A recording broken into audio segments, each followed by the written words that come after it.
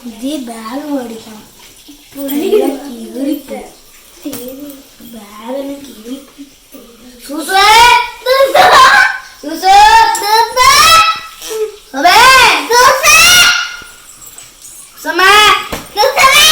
അമ്മച്ചി അമ്മച്ചി അമ്മച്ചി അമ്മച്ചി അമ്മച്ചി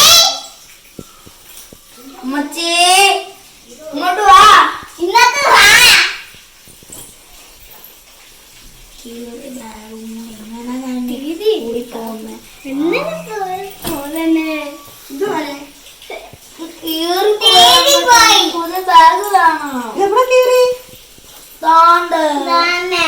അതിരിച്ചിരിയല്ലേ പുതിയ ബാഗ് വേണ്ട. ഇത് ഈ പഴയത് കൊണ്ടൊക്കെ പോയാൽ മതി.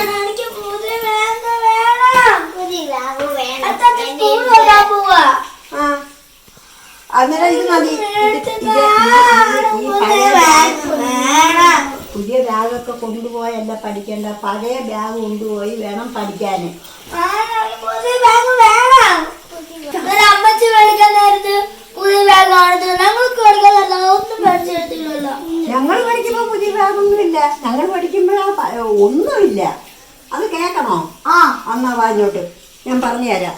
ഞങ്ങൾ പഠിക്കുമ്പോ പുതിയ ബാഗ് ഉണ്ടായിരുന്നു, പഴയ ബാഗായിരുന്നു. ഇങ്ങോട്ട് വാ, ഇവിടെ വന്നിരിക്കും, ഇവിടെ വന്നിരിക്കും. 3 പേരും ഇഞ്ഞോ, 3 പേരും ഇഞ്ഞോ, ഇവിടെ വന്നിരിക്കും.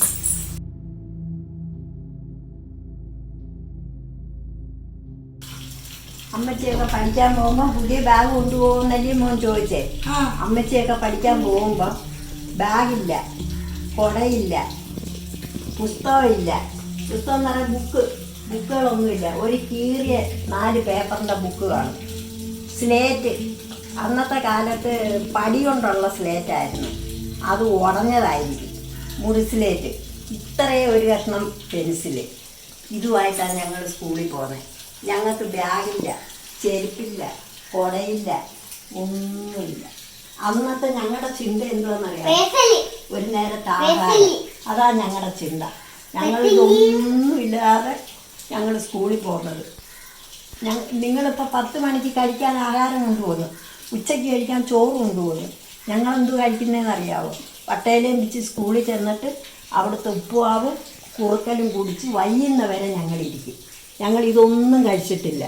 ഞങ്ങൾ വിശന്നും അലഞ്ഞും തിരിഞ്ഞും ഞങ്ങൾ പ്രയാസപ്പെട്ടും ഞങ്ങളുടെയൊക്കെ അമ്മയുടെ അപ്പൻ്റെയും പ്രയാസവും ദുഃഖവും ഒക്കെ ഞങ്ങൾ കണ്ടും കേട്ടും ഞങ്ങൾ വളർന്നത്.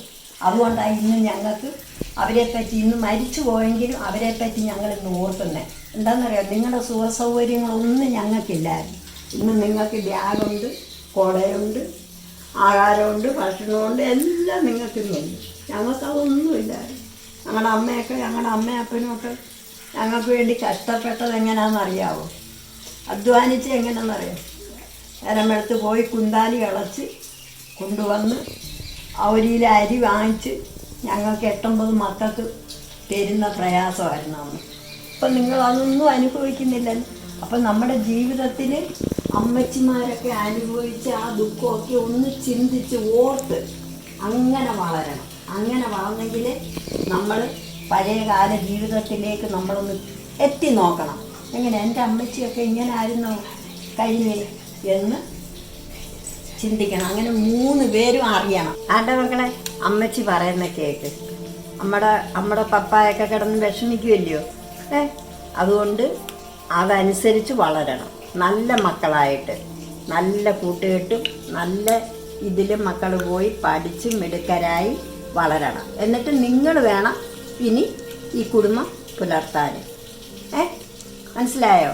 അമ്മച്ചി ഇപ്പൊ പണ്ടത്തെ കാലമല്ലല്ലോ, ഇപ്പൊ ഇവിടെ പുതിയ കാലമല്ലേ. ആണ് ഞങ്ങൾക്ക് പുതിയ ബാഗ് വേണം. അത് ശരി. ഇനി സ്കൂൾ തുറക്കാൻ ദിവസങ്ങളുണ്ടല്ലേ? അപ്പോഴത്തേനും അമ്മച്ചി നോക്കട്ടെ. പറ്റുമെങ്കിൽ മേടിക്കും, ഇല്ലെങ്കിൽ പഴയ കാലം. ഇല്ല, പുതിയ കാലം.